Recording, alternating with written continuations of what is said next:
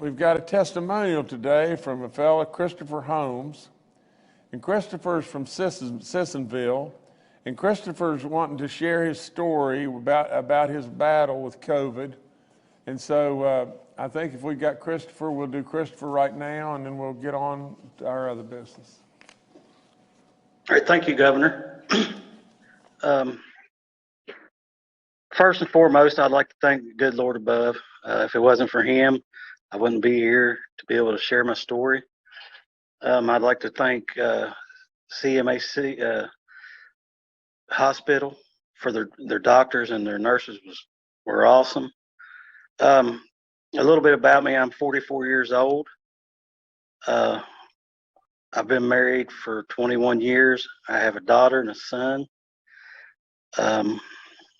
In early June, my whole family ended up sick. Other than my daughter, she's the only one that had the COVID shot. My wife, my son, and my daughter's boyfriend, we all ended up with COVID. I kept getting worse and worse. So I ended up on June 14th, I went into the hospital. And from there, I just kept getting worse. They had to put me on the vent. They had to put me on the ECMO machine. I pretty much had hoses sticking out of every hole in my body. I had a feeding tube. The hoses that from the ECMO machine, they had to put 2 holes in my neck. My daughter said they was probably the size of garden hoses. They had to put a trach in me so I could breathe, and I'll have that scar for the rest of my life. It was tough. I was there for 80 days. I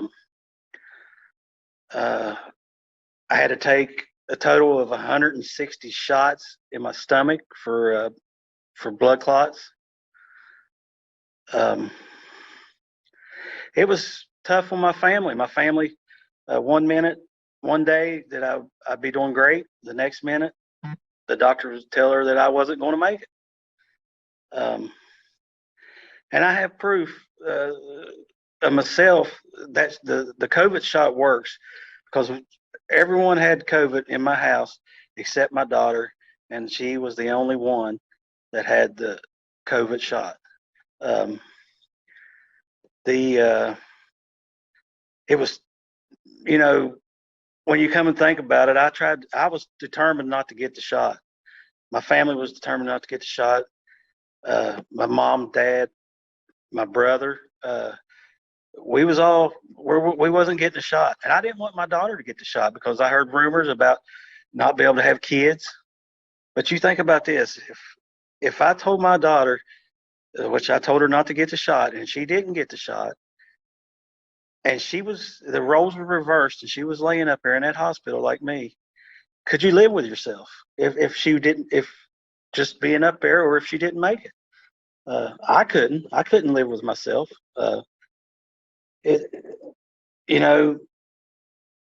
I went in, like I said, no one had the shot. When I got out, my whole family had the shot. And I hope everyone gets the shot, because you don't want to take it home to your family. If you take it home to just imagine you take it home to your kids or your parents or your grandparents, and something happens to them. It's rough. And like I said, I had to be on a feeding tube. I lost 110 pounds while I was in there. I lost all my muscle. I had to learn to walk again. Everything that you don't even think about doing, I had to learn to do again. Couldn't go up steps, couldn't walk. I had to go to rehab. I'm still rehabbing it. It's a long battle, and I don't want anyone to have to go through what I went through. So that's pretty much my story. This, you know, it's your right to do whatever you want to do. If you don't want to get the shot, I don't look down on you, or I don't look down on you if you get the shot. It's your choice. It's free country. But I'm just saying that everyone should get the shot. If you can save one life, it's worth it.